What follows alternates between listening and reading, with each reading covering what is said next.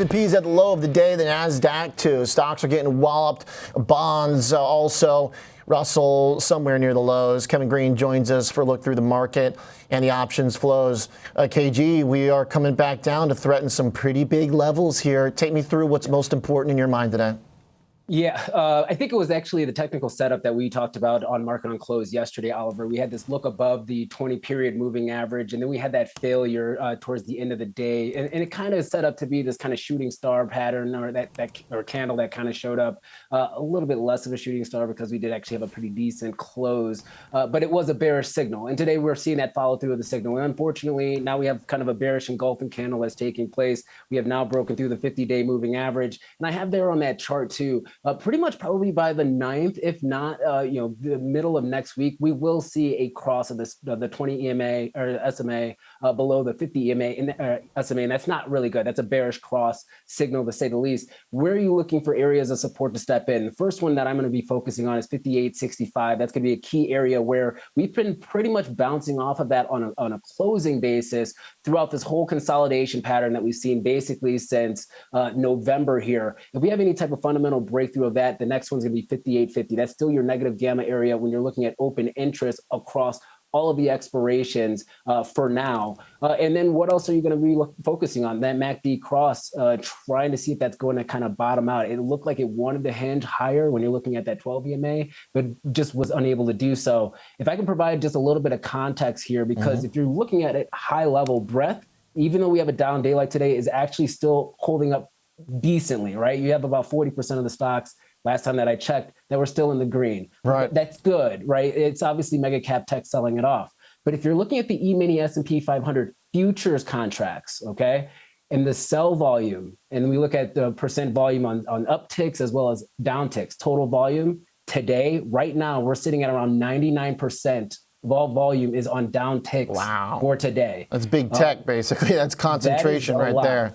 Actually, Oliver, we probably will see that's probably going to be the highest number that we will see over the last year, to say the least. So if you kind of go under the hood, there's a lot of pressure that's being built up right now to the downside, even though you're starting to see, some outperformance on a relative basis from some of these underloved sectors. It does not really look good under the hood when you're looking at the internals for the E-mini S&P 500 futures, as well as if you're looking at the SPY. The SPY is sitting at around the same type of level, around 99%. Last time we saw this aggressive selling for the SPY, the ETF, which a lot of retail traders like to track, was in April 30th of last year, which was also another aggressive time where we actually saw some selling hitting into the market here. So overall, this has been a pretty aggressive day. It's kind of unfortunate that we did see this failure, but we do have some economic data that's on the horizon here that could either flush us more to the downside and or kind of turn us around here. Yeah, boy, seems like the data was not helpful today. But to your point about the selling intensity on the index level, which is, of course, Mag 7 driven, given the concentration and the other outperformance of breadth of the 493 today. I'm paraphrasing a little bit, but that's what we were talking about too at the top. Like, this does feel a lot just like flushing tech out. Some of that Mag 7 kind of euphoria arguably being a primary driving force.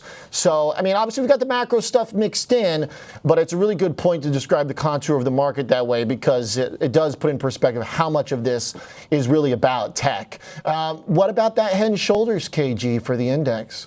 Yeah, so the pattern itself has already kind of played out. We already have the left shoulder, we already have the head, we have the right shoulder now. What you're really trying to focus on is if we're going to break the neckline. And that neckline, once again, we'll give it some wiggle room. Shoulders in a sling right now.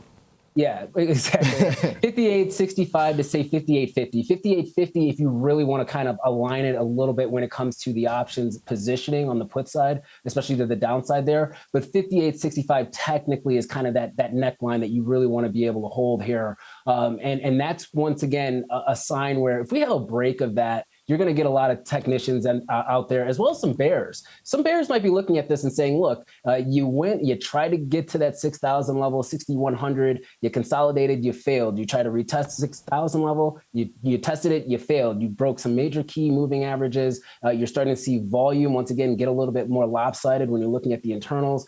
liquidity starting to dry up here, you're going to start have them, they're going to start, kind of sniffing this out and say, hey, do we actually see Mag 7 selling off here? Because that's what's going to drive the market to the downside. But there's still opportunity in this market if you're looking at, breadth as a whole. And I think that's something to kind of be mindful of, especially in bull markets. You have two cycles. You have the leaders that are usually the first 2 years, and then you have the rest of the market in the last 2 years. Maybe we're starting off that cycle of everything else starting to catch up.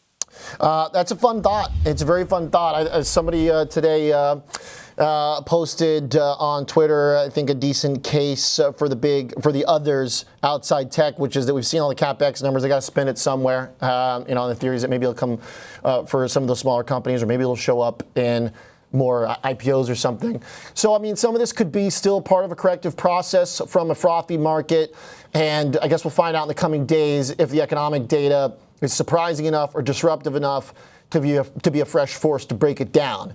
Because usually if there is no fresh negative force, tech finds its legs eventually. So, but maybe the other stuff will too. Russell 2000 hanging in there today. Thanks, KG. Appreciate a good look at the market, the breadth and the levels there, and that head and shoulders, which kind of looks like it's looking more like reality than not.